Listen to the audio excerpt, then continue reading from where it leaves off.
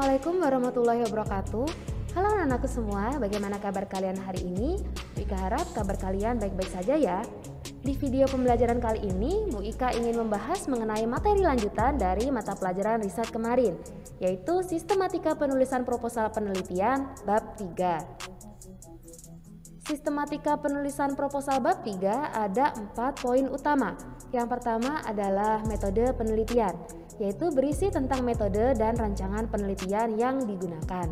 Selanjutnya yang kedua adalah subjek penelitian, berisi tentang populasi dan sampel penelitian. Yang ketiga adalah teknik dan alat pengumpul data, yaitu berisi tentang instrumen penelitian yang akan digunakan.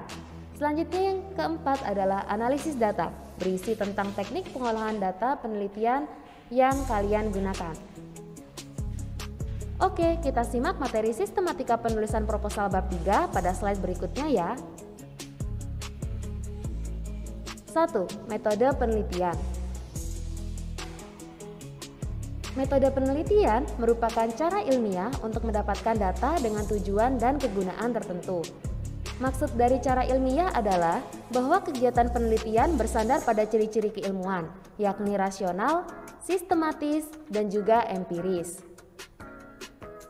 Secara umum, metode penelitian ada 4 jenis. Yang pertama adalah metode penelitian kuantitatif, berkaitan dengan data berupa angka. Selanjutnya yang kedua, metode penelitian kualitatif, berkaitan dengan data berupa kalimat atau paragraf.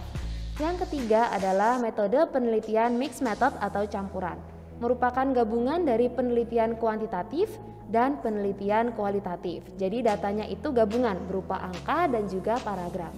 Selanjutnya yang keempat adalah metode penelitian pengembangan atau dikenal dengan istilah R&D, Research and Development. Yang akan Bu Ika bahas pertama adalah jenis metode kuantitatif, kualitatif, dan juga mixed method atau campuran. Dari ketiga metode penelitian ini memiliki 2 rancangan penelitian. Yang pertama adalah rancangan penelitian survei dan yang kedua adalah rancangan penelitian eksperimen. Nah, untuk rancangan penelitian survei digunakan untuk mendapatkan data yang terjadi pada masa lampau atau pada saat ini tentang keyakinan, pendapat, karakteristik perilaku, hubungan variabel, dan untuk menguji beberapa hipotesis tentang variabel sosiologis dan psikologis dari sampel yang diambil dari populasi tertentu.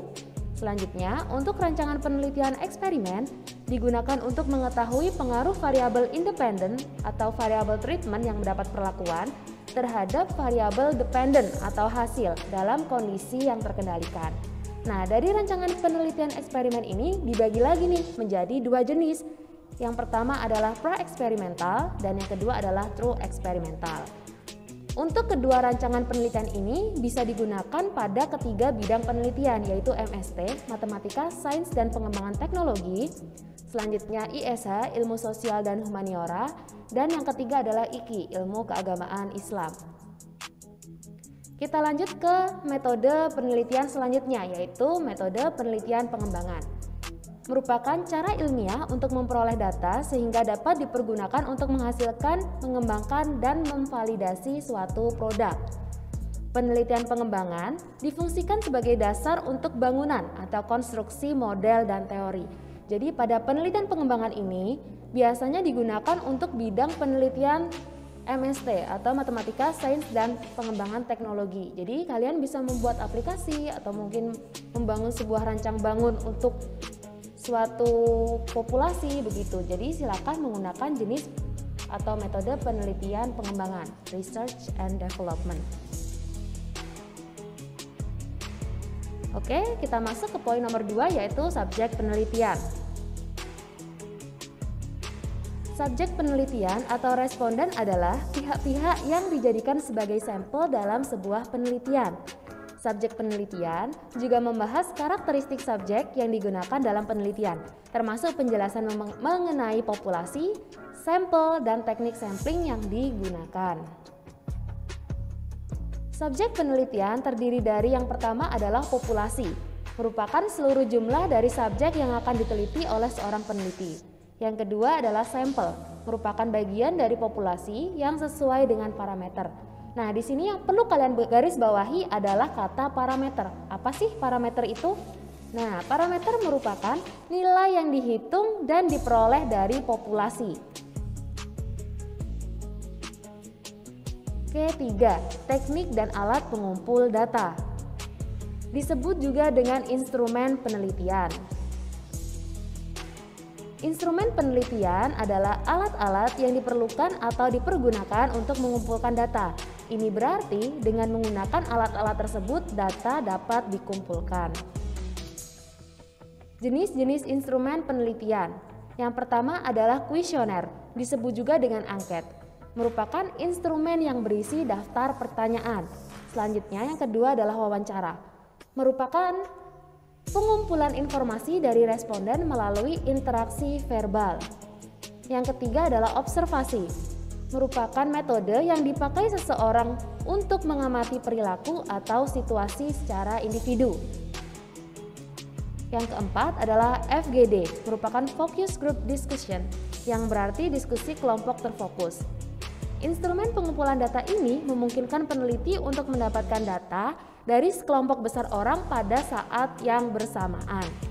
Dan yang kelima adalah eksperimen. Peneliti melakukan beberapa percobaan dalam pengaturan laboratorium untuk menguji beberapa reaksi yang mungkin terjadi pada objek penelitian. 4. Teknik analisis data.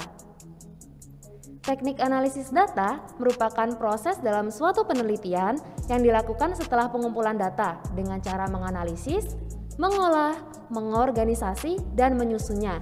Kemudian diambil simpulan dari hasil keseluruhan penelitian tersebut. Nah, untuk teknik analisis data ini disesuaikan dengan metode penelitian yang akan kalian gunakan. Apakah menggunakan metode kualitatif, kuantitatif, mixed method, atau R&D. Nah, yang akan Bu Ika bahas terlebih dahulu adalah teknik analisis data kualitatif.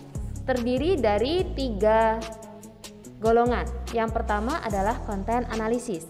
Disebut dengan konten yang bertujuan untuk menganalisis data-data dalam konteks tertentu berkaitan dengan individu kelompok atau atribut budaya mereka. Selanjutnya, yang nomor 2 adalah discourse analysis. Disebut analisis wacana yang berarti menganalisis wacana-wacana atau komunikasi antar orang dalam suatu konteks sosial tertentu. Yang ketiga adalah naratif analisis. Disebut dengan analisis naratif yang bertujuan menganalisis kumpulan deskripsi atau suatu peristiwa yang terjadi, kemudian menyajikannya dalam bentuk narasi. Selanjutnya, teknik analisis data kuantitatif. Yang pertama, statistik deskriptif. Teknik analisis data dengan cara menggambarkan atau mendeskripsikan data-data yang ditemukan secara apa adanya. Selanjutnya, statistik inferensial.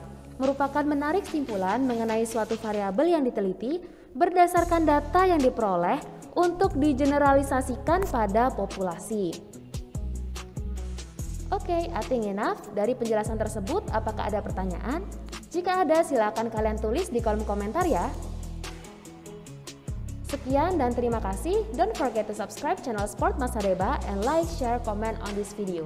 Dukungan kalian sangat berarti bagi kemajuan channel ini. Assalamualaikum warahmatullahi wabarakatuh.